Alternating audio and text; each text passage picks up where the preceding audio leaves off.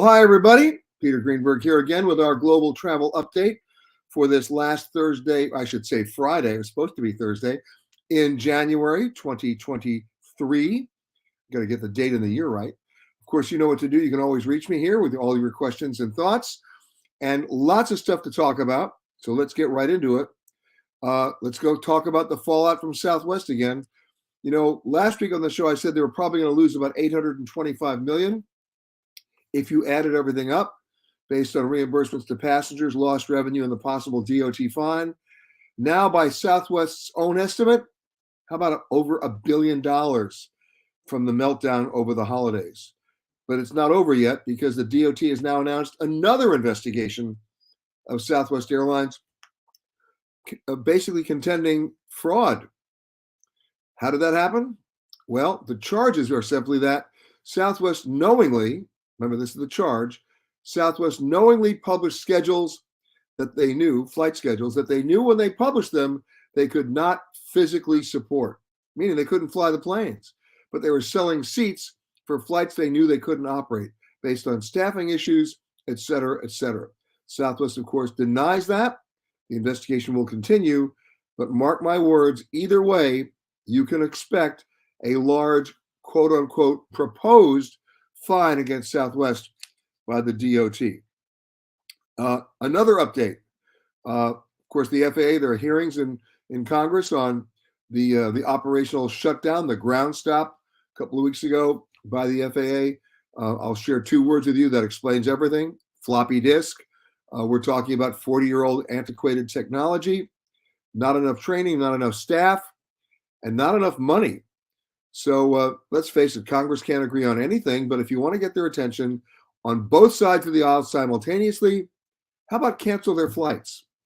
And apparently it got their attention. So let's see if they can move fast enough to not only allocate the money, hire the people, train the people, and actually implement the new age technology that is so desperately needed. We shall see. Not holding out a lot of hope, but you need to know about that. One very interesting development that I'll be talking about, in fact, tomorrow and Sunday at the travel show here in New York. I'll give you more information on that in a minute. Boeing, which actually had signed an agreement with the United States government to pay a $2.5 billion fine to avoid prosecution in the terrible case of the 737 MAX, has now been charged in federal court. And they pleaded not guilty. They're back in court with the plaintiffs, meaning the families of many of those who died, claiming that agreement was made without their knowledge and without their participation because they want to see justice done.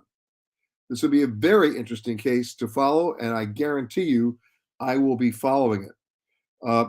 I mentioned the Travel and Adventure Show tomorrow. Let's put up that graphic right now. I'll be speaking both tomorrow and Sunday at the Jacob Javits Convention Center right here in New York. My speech tomorrow is at noon. I think on Sunday it's about 1 o'clock in the afternoon. I hope you guys, if you're in New York, will come and join us. I'll have a few things to say over and above what we're talking about today. So I hope you'll be able to do it. Now, let's go to some good news. Delta Airlines next month, it's happening. Free Wi-Fi on domestic flights. You just have to be a member of their frequent flyer program. It costs nothing to join. And all the other airlines like United and American, who've been saying for years, no, we think we should charge for Wi-Fi. How fast is that going to evaporate? The needle's going to move. United and American will not have a choice. Once the Delta Wi-Fi system goes into place, it will move the needle. Same thing with JetBlue. JetBlue's always been free. Southwest has had a nominal charge. They won't have a choice either. Wi-Fi is going to go free. And let's hope it's going to be fast. That's the problem. You won't be able to play your games on it. You won't be able to stream your videos on it. You won't be able to do FaceTime on it. But at least you can do Wi-Fi. And that's a pretty good deal. Because you're certainly not on the plane for the food. Right? Okay. Speaking of satellites, here's the one interesting thing Elon Musk has done that's actually worked well, other than space. And that is satellites. That Starlink satellite, or I should say those Starlink satellites, have changed Wi-Fi on cruise ships as well. You can get a signal now almost anywhere, And the cruise lines are getting to the point of going to free Wi-Fi. It's a good deal. And most importantly, something that people don't even think about as cruisers, some cruise lines are even offering free Wi-Fi to their staff and crew. You're going to be on a cruise ship for 6 months straight with no days off. You better have Wi-Fi to communicate with your loved ones, your family, and your friends, and get your email. So that's going to start happening soon. As you may know, I was down in the Antarctic, and it was because of that Starlink satellite we were able to get a signal. And that, from a broadcasting perspective, means a lot. But from just a lifestyle perspective, it means a lot. Let's be honest. Let's not be delusional. We do not change our lifestyle when we change our location. We think we do. We don't. You know it. I know it. You still want to know what the Lakers did last night, what the stocks did, or what's happening in the rest of the world or in your world. Now, that doesn't mean you're going to be on Wi-Fi 24/7, but you'd love to know that you have the option to do that. And that's really what luxury travel, in the true definition of the meaning, means. Luxury travel means you get to keep your options. And if one of them is free Wi-Fi, count me in. All right. Some other interesting news. The trains. Amtrak in 2022, on average, an 89% jump in ridership over 2021. One of the largest ridership numbers they've had since 2019, of course. On the Northeast Corridor, on some routes like the Acela, going either between New York and Boston or New York and Washington, ridership was up 171% on that route. Now, the fact that they're going to also get some new train cars in the next 3 years, that's nice. They're called Arrows, and that's nice. They'll be more spacious. They'll have more table seating, better Wi-Fi. But let me break it to you as nicely as I can. It's not going to be any faster.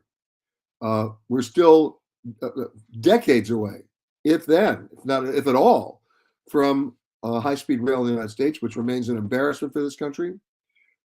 Is the technology there? Of course it is. Every other major country that's developed has got it. So the technology is available. Is the real estate available? Well, technically it is. The tracks are there, but not the right tracks. So what's holding it up? Two things. Number one, Amtrak doesn't own the tracks. It's owned by the freight lines, who could give a you-know-what about high-speed rail. In fact, they now have priority, meaning that explains why Amtrak doesn't have a really great on-time performance percentage, because they always have to pull over to some siding to let some 100-car freight train lumber on through. And the freight lines are in no mood to move quickly on high-speed rail because it doesn't benefit them. Now, in certain parts of the country, like the north-south corridor between, let's say, Southern California, north to south, or south to north, they've been talking about high-speed trains for a long time, and the technology is available. They can do those tracks. Blah blah blah. One small problem. Oh, and by the way, every mayor along the route is in favor of it, with one condition: the train has to stop in their town. Well, let's be real. It's no longer an express now. It's a local. So if they can figure out how to do 5 high-speed express trains every day and 2 locals, then on the same tracks, then maybe there's hope. But right now, the mayors have to become involved and realize it may not just be about going between between Los Angeles and Fresno, but Los Angeles and San Francisco. And there you have that. Now, let's go to and also one more thing. I asked you last week, and boy, we were overwhelmed with the response. What's the one thing you will not travel without? The one thing you actually have to travel with? And everybody had an answer. And some of them were pretty cool. And some of them actually made sense. Now, the usual suspects were mentioned. Everything from phone chargers and cords, iPhones, pillows, of course, Ziplocs. But then we got to, people wanted an extension cord. That came from Carol. And then Irene said, extra prescription medications in case my return flight is delayed. Not a bad idea. One thought about that, though: if you're going overseas, make sure your prescriptions have the generic name of the prescription, and that you have a note from your doctor explaining it, because there are some countries that drugs are drugs, and you don't want to get arrested. All right. Carol says, my wonderful husband. A politically correct answer. Amy says, oh, okay. Who? Oh, here's one. I love this from Pamela. She will not travel without her peanut butter sandwich. Be careful. In the old days, the TSA considered that a liquid. All right, let's keep going here. I mean, there's some really fun ones here, too. Let me get to these. All right. Gina says, and you know what? I couldn't agree more, an open mind. Let's keep going here. Gerald says, I agree with this. Paper copies or photocopies of my passport. Yeah, I can't. And by the way, not packed in the same bag as your passport, please. All right. Linnea says she's down to basics. Two things: clean underwear and money. Or clean money and underwear. All right. Debbie says, now this one, not only do I agree with it, I do it. Debbie says, instant Band-Aid and duct tape, with a couple of exceptions relating to airline safety, which I'll get into later. Duct tape fixes everything. I always travel with. And she also mentioned a flashlight. You know what? Good idea too, especially for the plane. How many times have you dropped something between the seat and you can't find it? You know what? Bring your own flashlight. Joanne, I appreciate this. Joanne, my rosary. I'm right there with you. All right, let's keep going here. I mean, lots of responses here. But the one that I like the best came from Bradley. And you know what? He's right. Patience. He never goes anywhere without his patience. One more little thing I want to tell you about, which hasn't been publicized lately. What do you dread the most on getting on a plane if you're flying in the back, right? Other than sitting in the middle seat, not having the seat next to you open, or worse, having some 300-pound sumo wrestler sitting there. How do you avoid that? Other than paying for an expensive upgrade to business class, and the flight disparity is huge, right? We know that. Well, a number of airlines now, especially long-haul airlines, are offering an option, which actually, quite frankly, makes a lot of sense. Qantas now has something called a neighbor-free choice for a fee ranging from only $30 to $65. They guarantee the seat next to you will be free. Now, they only guarantee it until the plane pushes back from the gate. If that seat gets filled right before you push back, you'll get the refund. But at least they're going to hold that seat open for you and charge you only $30 to $65. And on a 14-hour flight from Sydney to LA, why wouldn't you do it? Air New Zealand will let you purchase an extra seat starting at $60 on their long-haul flights to the US. Now, here's the fun part. You want the whole row? There's actually an airline that'll let you do that. Emirates will let you buy up to 3 adjoining seats, but you have to buy it at the check-in counter right before you go through security. And those fees range from $65 to $165, depending on the length of the flight and, of course, the destination. But the cool thing about that is, I'll take it. Are you kidding? All right. One more little thing before we get to all of your comments and questions. We all know about jet setters. Everyone wants to be one, or in the old days, they actually could be one.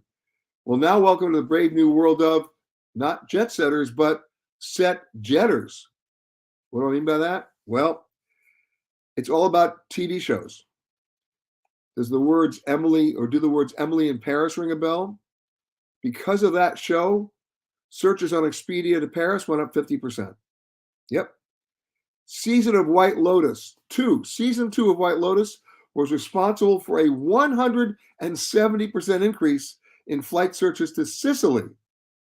And of course, you can always thank the characters of Highclere Castle for the last 11 years for the obsession with the English countryside, and of course, booking flights there in the hope of recreating your own sense of aristocracy at Downton Abbey. But interesting how a television show will basically drive choices like that. All right, let's go to your questions here. Hold on a second.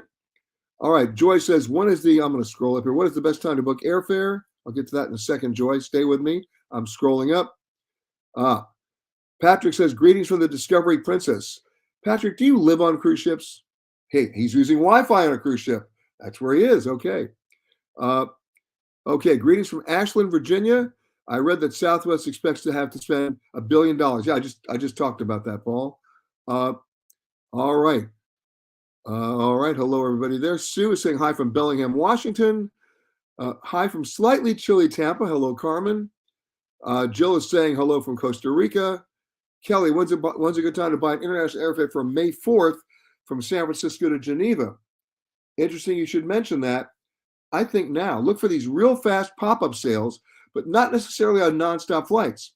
Look at Aer Lingus. Look at TAP, Airline of Portugal. You're going to start seeing a lot of $398 round-trip flights out there. And one of the reasons is United Airlines is now becoming the largest transatlantic carrier in the world, more than British Airways, American, and Delta combined. And what is Delta doing? They're adding 10% more flights over the Atlantic this summer.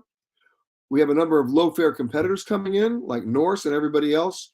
All that means is it's a buyer's market, and you're going to start seeing those fares come down. They won't last for long. Those pop-up sales are usually good for like 24 to 36 hours, but the fares are good through May 15th. You want to go May 4th from San Francisco to Geneva? That's where you find them. All right. Hello, Joan from sunny California. South Plainfield, New Jersey is weighing in. All right. Ellen says, see you at the travel show tomorrow. Okay, Ellen. Again, that's at the Javits Center here in New York. Lorena's saying, hello from Lansing, Michigan, the day after eye surgery. I hope you're feeling better. I hope you obviously must be seeing because you're watching me. So that means the operation was a success. Congratulations. Okay, now Joy says, will I be doing a travel show in Philadelphia? I won't, Joy, not this year. I'll be doing one in Washington, D.C. next Saturday and Sunday, February 4th and 5th. I'll also be in Los Angeles. I'll also be in Denver on the 25th and 26th of February. I'll be in Los Angeles the 18th and 19th of February, speaking at all of those convention centers at the Travel and Adventure Show. I hope you guys will come out and say hi. Also doing Atlanta and Dallas a little bit later in the year. Camilla, cheers from Tucson. Right back to you. My old pal, Ed Hirsch. Ed Hirsch and I used to work at ABC, and I remember a very crazy couple of days in January of '94. So basically, 29 years ago, when we both covered the terrible Northridge earthquake together. Ed says, went to book United flight mid-May with miles. All of a sudden, mileage needed went up in one night. Will that ever change or go down in the near future, or did I simply time it wrong? The answer is you're yes on both counts. You didn't time it right, and it will go down. It all depends on how fast you can move and how fast you can adjust. All right. Here we go. Hello to Mei Ling. April says, good morning from sunny Vegas, where the lawsuit for price collusion is happening. I haven't talked on that yet, April, but I will. We know all about that. All right. Anna is saying, what about Wi-Fi on cruise ships for which they're now charging, and half the time it is not working properly? Okay. Cruise ships a couple of years ago made a huge miscalculation. The cruise lines thought that people did change their lifestyle when they changed the location. Remember, they put on a couple of desktop computers in case people wanted to use Wi-Fi, and the line was there longer than Starbucks. Well, that's all changing now. The fact that Starlink satellites are going on some cruises means the other cruise lines are going to have to step up to the plate, just like what's going on with Delta versus American, United, and everybody else. You got to get with it. And if it's free Wi-Fi and it works and it's fast, that would almost determine whether or not I pick one ship over another. Seriously, may not one itinerary over another, but on competing itineraries to the same destinations, it's going to have a value. Okay, Robert's reporting in 49 degrees in Myrtle Beach, America's capital city of miniature golf. Okay, here we go. Oh, Starlink Wi-Fi and Celebrity Cruise last week in the Canal Sea was spotty at best, and the Coral Sea was spotty at best. All right, well, they're still refining the system, but I will tell you, Starlink is better than the last one they had. I'm telling you. Okay, Colleen's saying, greetings from Gold Country. Go Niners. Oh, is there a football game this week? I didn't know. Yeah. Too bad about Buffalo. I'm sorry. I wanted the storybook ending. Didn't you? Come on, guys. But you know what? Now you're going to have the Chiefs battling the Bengals. and the 49ers battling the Eagles. As much as they want the storybook ending for the 49ers, guys, you're going to have to admit the Eagles may be unstoppable. Just saying. And I'm not an Eagles fan. Okay. Okay, Lorraine says, I think a lot of the problems airlines have with hiring and keeping staff is that they now outsource, still pay low wages, but no longer provide flight benefits and perks. Well, let me tell you where they're doing the outsourcing. They're doing the outsourcing with skycaps. They're doing the outsourcing with counter agents, and in many cases, gate agents. And you know what's even worse? It's not about just the low wages. It's about they're giving these people no ability to think on their feet and to have common sense. They have a no waivers, no favors rule. And that, in the long run, engenders nothing but ill will. Okay. Here we go. JR saying hi from Illinois. Paul saying, I won't travel without money, either paper or plastic. Well, duh. What are you going to do? Beg at the airport?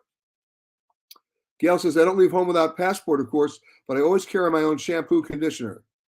That's because you're spoiled. I used to collect. Okay, I have an admission to make. When I built my house in Los Angeles after the earthquake destroyed it, I designed the bathroom to have indented, built-in shelves, then an entire 5 feet of shelving on either side of the shower to hold my collection of hotel shampoo and conditioner. It was just, okay, that was my little Jones. Sorry. Okay. Listen to this. Good. This is from last week. Gail, congratulations. I have good news. The cruise company has agreed to give us a full credit for our missed cruise because of the Southwest meltdown. Now, that is goodwill. The cruise line didn't have to do that because you had bought your airfare separately, not from the cruise line. But I really think that was the way to step up to the plate. Tell us which cruise line so we can give them a shout out. Okay, Gail? Okay. Here's one. Harriet and Jim want to know, are airfares to Tokyo going down any day soon? When should we book, or did we miss that window of opportunity? Well, there are many windows of opportunities, but now that Tokyo or Japan has opened up, the demand is surging. The way you want to get cheaper airfares to Tokyo is not to take a nonstop flight. Look at Korean Air, look at EVA Air, look at ANA, going through another city, or even airlines like Philippine Airlines going there and backing up. The nonstop flights tend to be more expensive right now. Okay. Okay, Joy, this is your question you asked at the beginning. When is the best time to book airfare going to Mexico June 7th? Right now is not a bad time. And the reason I'm saying that is because Mexico has been incredibly resilient in terms of American popularity. During the pandemic, Mexico was full. It's full now. They're getting higher prices. So the longer you wait, the higher it'll be. June 7th doesn't tend to be a big time to go to Mexico because it's before June 15th. But check it out now, okay? And if it's anywhere reasonable, book it. Okay. Okay, Joan says, we connected from Albuquerque and we bought jams and other things at the airport to San Diego, where we had to go through security again. You were probably changing terminals if I had to guess. Again, TSA confiscated our water and very pricey jam. How can you know if your connection forces you to go through security again? Well, I'm assuming you were only flying domestically. The reason why you're going to go through security again is if you're changing terminals and there's no interconnecting terminal area or a shuttle bus. Very easy to find out. It's called have a phone call with the airline. I bet you booked your flight online, didn't you? I bet you did. Okay. But if you want to hear my real pissed off situation, it's when you're overseas taking a flight back to the US. And as you go through security, right? You go through passport control, and now you're getting towards the gate, and there's some retail shops there selling like bottles of water, sundries, candies, cookies, cakes, whatever. And you know it's going to be a 12-hour flight. You know the flight attendants may take 40 to 60 minutes to get to you. So you go and buy a couple of bottles of water, and now you get to board your flight, and they're going through security again because US flights are higher risk, and they take your water away. Now, the thing that's really pissing me off is that retail store was 40 feet away from the gate that's dedicated to US flights, and nobody fully disclosed that. And of course they knew it. Of course they knew it. They should be ashamed of themselves. And I'm still going to mention that until they actually admit that they are actually in collusion, because this is wrong. Okay. Uh, Here we go. Patty's saying Paris is always a good idea. Of course, that's the Audrey Hepburn quote that we love so much. Uh, okay, Jeff says I always carry noise canceling over-the-ear headphones to block out airplane noise, crying babies, plus useful for extremely loud cruise shows. Are you thinking the Hello Broadway show? Okay, let's keep going here. Uh, ah, Yep, I know the story that you're referring to, Paul, about the woman who was denied a flight on American and Mr. Antarctic cruise. It cost her $17,000, and she had flight insurance. You know what? We're following that story. It came out a couple of weeks ago, and I'll let you know what happens. All right. Patty says she's been flying United 60 plus years. All right, Patty. And the food still sucks. Just saying. United has to step up their game in the food department. Uh, all right. Lynn says, should we fly Southwest? I'm scared. Scared of what? Air safety problems? No. They have an excellent safety record. Uh, Here's how you buy a Southwest ticket. You first of all figure out that you want the first flight of the day on a plane that will probably overnight at your airport the night before. That's the first thing. If you're making a connecting flight, remember, nothing less than 90 minutes is an approved connection time by me. And then you'll be okay, right? Look, we've gone from expecting the unexpected to sadly expecting the expected. And the expected is connecting flights aren't going to work because you're going to miss the one. I saw a flight the other day from Raleigh, North Carolina, Raleigh, Durham, to Los Angeles with a stop in Denver of 38 minutes. Delusional. And it was posted online as the least expensive flight. You don't go by price. You go by intelligence. Okay. Kurt wants to know what's the best way to find a good price to fly to Manila. Well, we live in the world of one-way tickets sometimes. So if you're in Central Florida, you might want to buy 2 round-trip tickets. Let's say you're in Orlando to LA to Orlando, and LA to Manila to LA. That might be the way to do it, right? Now, if you have a lot of extra time, and by the way, we haven't talked about this at all on this show, but you know what? We're getting into the summer, hopefully pretty soon. Let's talk about it. It's the famous RTW ticket. Anybody remember what that is? The round the world ticket. There's a company up in Oakland called Airtreks. That's AIRTREKS. They specialize in this, where you can actually usually have 6 months to complete your journey. You have to go in the same direction. You can split the journey and go over land for part of it. You don't have to just fly this way. You can fly this way, right? And it's a very inexpensive ticket, all things considered. Plus, you're getting miles. So check that out too. So, for example, if you wanted to get to Manila cheaply and there were no cheap flights, then buy a round-the-world ticket starting in Central Florida, returning to Central Florida, hit Manila, and give yourself another 10 days and maybe stop in Mumbai and Paris on the way home. You'd be surprised. It might actually equal or be a little bit less than that round-trip ticket to Manila. Rob says, see you in Denver. You better bring your daughter, Rob. She's always my assistant, okay? That's going to be February 25th and 26th in Denver. Hi, Brenda. Sue says, what airlines do I recommend to go to the Big Island in Hawaii? Well, every airline now goes to Hawaii, right? American, United, Delta, Alaska, Hawaiian, Southwest, everybody goes. Keep in mind, and this drives me nuts, a lot of these airlines are flying ridiculous planes to Hawaii. I'm not talking about safety, I'm talking about comfort. 737s. Give me a break. So pick an airline that's not flying a 737 to Hawaii. You'll thank me, right? Flying a 737 is like being sent to your room for 6 hours. A very small room. Okay. All right. And Ed's remembering, Ed Hirsch is remembering our days covering the earthquake. And great to see you too, Ed. All right. Mark Wexler is saying, good morning from rainy Portland, Oregon.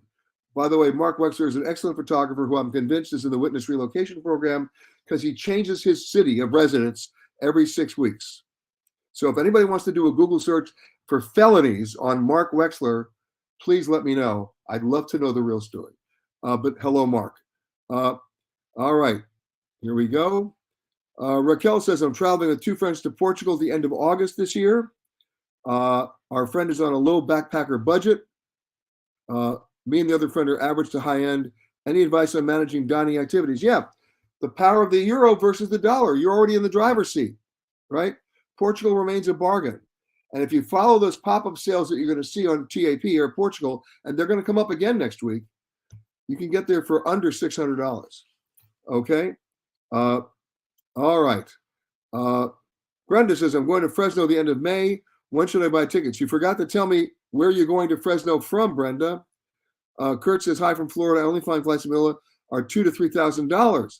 I just answered your question about the round the world ticket, Kurt. All right.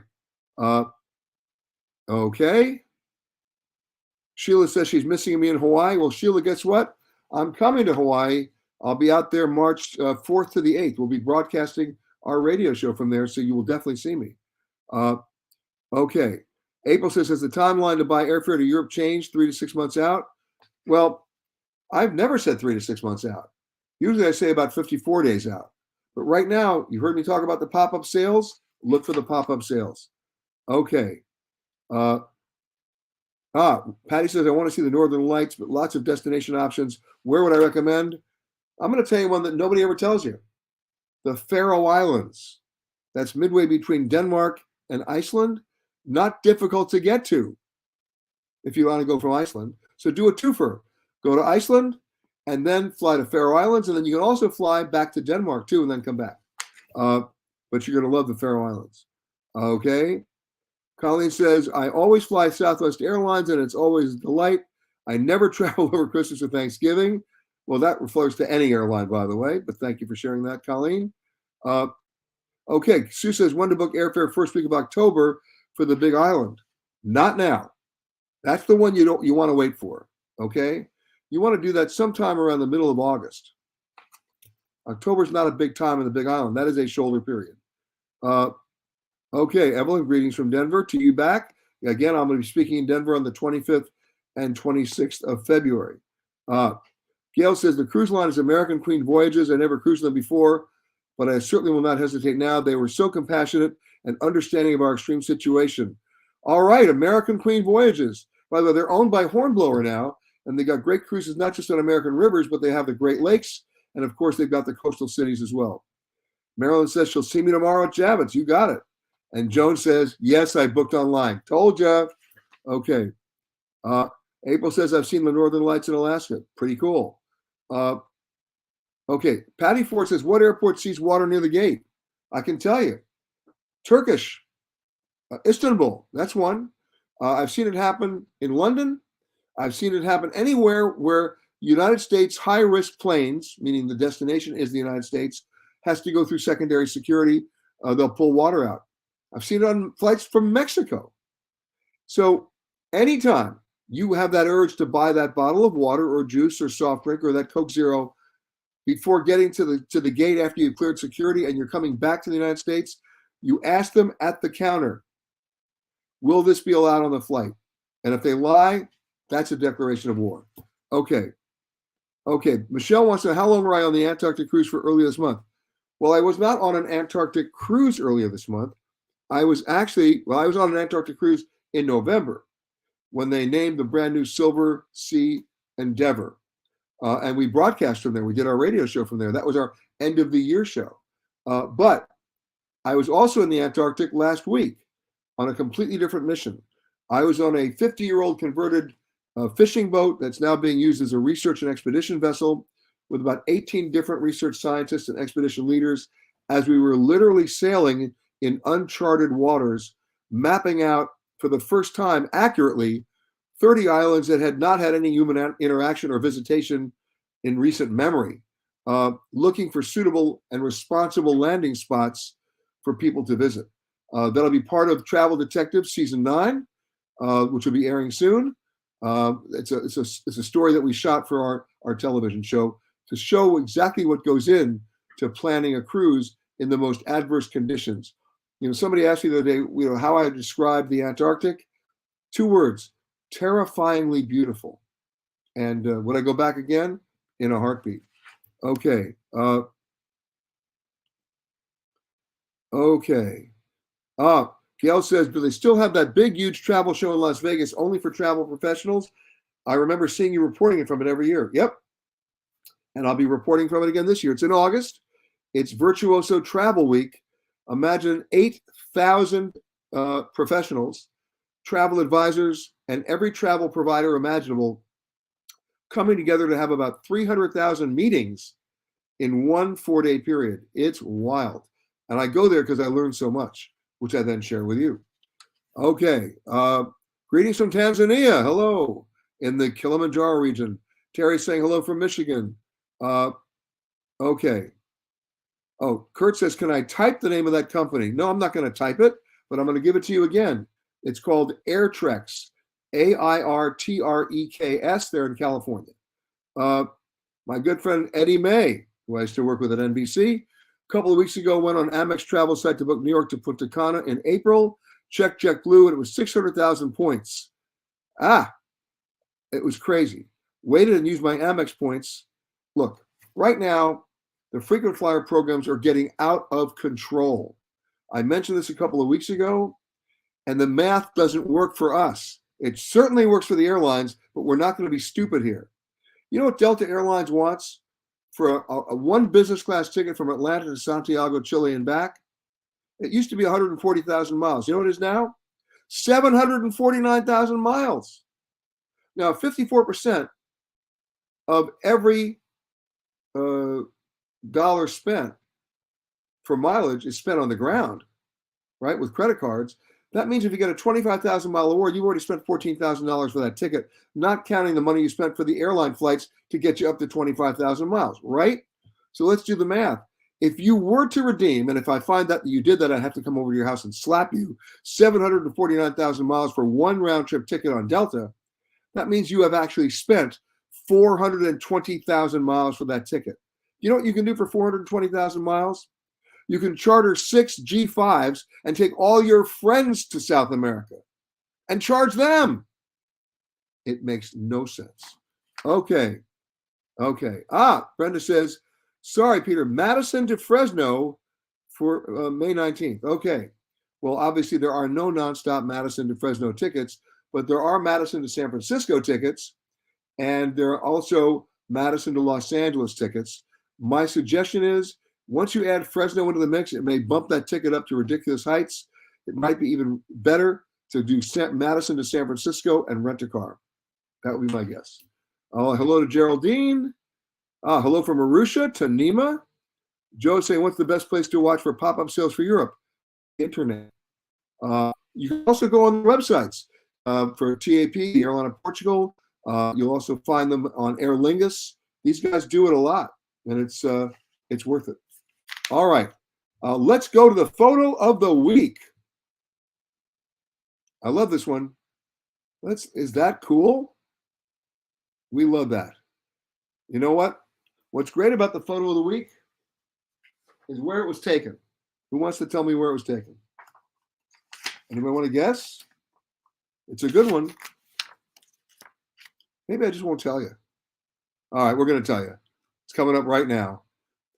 Dana, good picture from Dana Dearborn from Captiva Island and Boca Grande and Cabbage Key.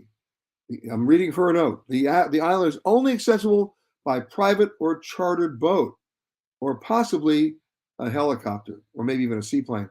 We were staying at Cabbage Key, blah, blah, blah. Love this picture.